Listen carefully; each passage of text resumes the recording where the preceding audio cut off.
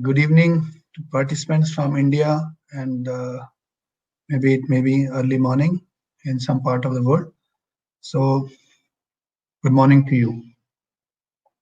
So thank you so much. You have set the context. I will move to my part of presentation. So this is me, Yashpal Sachar, and we are going to talk about circular economy and aftermarket perspective of snapshot of Indian economy. If we look at growth and recognition, so in two-wheeler, India is number one in the world in terms of numbers. Similarly, for three-wheeler, we are number one. And for passenger vehicles, we are growing and likely to become number four soon. And similarly, the situation of commercial vehicles. So this is in last, say, 2 decades of something like 8% CAGR. There's this change of regulations, cost of cars going up, and something like price elasticity, the sales volumes have come down. And this year, further considering the COVID-19 situation, we are expecting that the overall sales figures will be almost equal to what it was 10 years before. So a tough situation. Yes, it will take few years for us to recover, and while 3.4 million per year.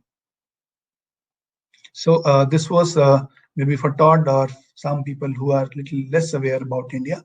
Then coming to this chart, we have tried to capture what is the kind of national perspective. So although I will say that industry is bouncing back, but how it looks like. So if you see the overall world economy, somewhere same time last year, the world economy was supposed to grow at the rate of 3.6%. In April, some part of world were already impacted. So in the global economy was supposed to degrow by 3.0% or so. And as we were moving further in COVID era, so it became close to 5%. But yes, of course, now the things are becoming better at 4.4%. On the contrary, the Indian economy, which in the beginning of the year was still hopeful of 1.9% growth, positive growth, is now expected to degrow by almost 10.3%. We had a lot of unlock lockdowns now in the era of reopening 5. We have also shared how the growth is reflected in terms of collection of taxes. So September was almost little higher than what it was in last year September. On automobile sector, which I come from, in the beginning of year, April, the projections was 2 to 3% growth, which became almost 24% degrowth towards June. So now again, personal mobility getting good support. In maybe people want to be safe. They feel safe while they're driving their own cars on two-wheelers. So situation is again changing. This is the kind of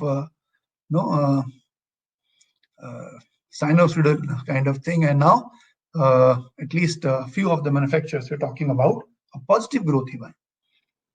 Last month, September, was almost 31% plus as compared to year before. So on regulation front, this is very interesting and related to this topic. So on regulation front, while we compare Todd in US, Japan, they are close to 4,000 to 5,000 kind of regulations. What to sell in market that is getting also regulated in India in terms of quality standards. So many regulations now are there. They are related to safety aspect of which is a big concern. We are among the highest in terms of fatal accidents. So you can see what was mentioned for electric mobility starting from FAME 2. A big change is coming, a scrappage policy, which I will talk about more in detail in my subsequent slides. Moving further, as I said about end of life vehicle policy. So to give you a perspective, in India, almost the various studies done, there are as of now no regulation. Of course, this policy talks about voluntary scrappage policy from a mandatory policy which was discussed for many years. So the situation is there are few vehicles as old as 30 years, 40 years. And when we do an analysis, we find that maybe 7.5 lakh of 750,000, say, commercial vehicles contributing to a good chunk of pollution. So yes, something has to get deregistered in terms of the pollution scenario which we are in. India is as of now, Delhi, like in winters, known to be the pollution city in the world. So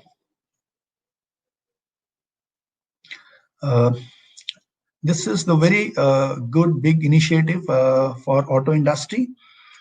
When I say, as you rightly mentioned, Rajiv, there is reuse, recycle, different words are there, and remanufacture. As of now, this name itself doesn't exist in regulation context. So to give you a perspective, I was talking today morning to a very senior government official representing the Bureau of Indian Standards, BIS. So he also realized and appreciated, yes, of course, this area is still neglected, not even touched. So maybe we'll connect you with them so that you can explain more in detail. And thankfully, you have brought this very good topic first time. So for when we talk of end of life vehicle for automobile, it will bring lot many benefits besides environmental benefits. We are expecting it will help us in creating demand. Import almost close to 10% of our steel from overseas. Yes, lot many things has been done in last 2 or 3 years with efforts from government, from industry. Maybe if it was earlier 20% imports of the total steel used, maybe now it is say 10%, and there are further efforts to make it half in next 3 years. There are lot many precious materials which which will cease to exist. So better availability of those material is one such benefit which will accrue from end of life vehicle. Cost of vehicle will get reduced, and of course this is a big industry, will create lot many jobs. So we are trying to depict this from this picture, maybe for an easier understanding. So if you see on the block, second block, which is shared, the thing starts from mining to processing and final raw material, moving on to manufacturing of cars, going to dealers, and post this end of life vehicle. As of now, there was no such rule. So those are now getting framed under ELV. We are thankful to government that yes, although there is a delay, but yes, as of now, we are hopeful that anytime this policy will be announced, and these recycled parts will again, through recycle, recover, will get moved to final raw material. So something like this will give to auto manufacturers a benefit in cost, so almost 4 to 5%. We are talking to become a global manufacturing hub for auto, for many other sectors. So it increases the competitiveness of India as a manufacturing hub uh, compared to its peers, other countries. So a market of almost uh, 43,000 crores. That's a kind of business it will bring. And if you look at, you must be hearing a lot many scrapping centers are being planned, not only from established OEMs, but also independent agencies that are also coming up and setting up this as a venture. If I say in India, as of now, still something in terms of numbers, to my guess, some 70 to 100, still in two digits, number of ELV centers are being proposed or have already come up. While I compare it, say, with the country like Japan, where this journey of mobility started a little earlier than us, close to 3,000 scrapping centers exist. So while we will be moving this raw material to OEM suppliers and bringing betterment, we say this is the right time to aligning with the vision of government to make ourselves a global hub of manufacturing. So this was just the beginning of these words, whether it is recycle, reuse, or remanufacturing. So I will relate this further through this slide. While I say remanufacturing, so there are certain aspects connected to this. As of now, the challenge for Indian automobile after sales is there is no quality regulation for what is being sold in aftermarket. So first pillar of this will be quality. Of course, it will be covering safety aspect also. So this is first to be addressed through rules, through recognitions. Recognition means manufacturing, remanufacturing should be considered as a business line, and not many regulations and not many appreciation has to happen for this sector, for its future contribution to reduction of imports, future contribution for making India more competitive. Secondly, while we say vision given by our Prime Minister Modi, Make in India, so there are this itself is creating another big opportunity for Make in India. Now I will relate this to aftermarket business. So aftermarket business, of course, has two aspects. One, we call it as current models, the models what are being sold.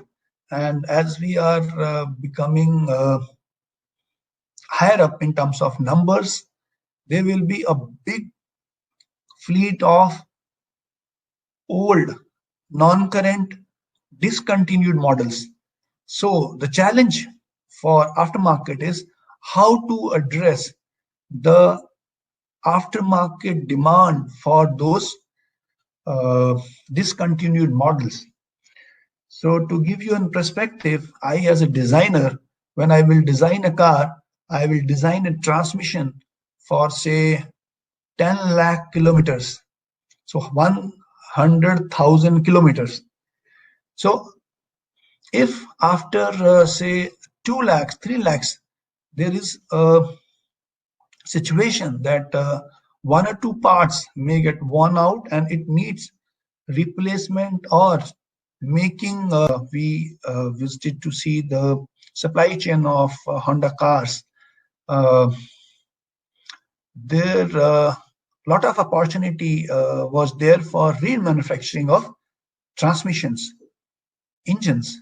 For non-current, this was furthermore understandable, because you do not want to stock all of them to be available while the need arises.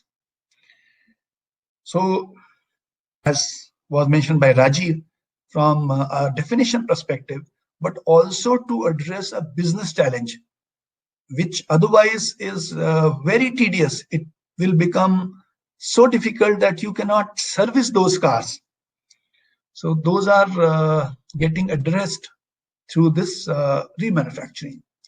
So I understand as of now in India, thanks to Rajiv to bring this topic for discussion. Maybe it is a well-established business line in US. I heard more than 50,000 crores of 10 years before. It was an established situation for say printers. So although no regulations, but yes, some kind of industry initiative, and it was established. So with this, I give back to Rajiv.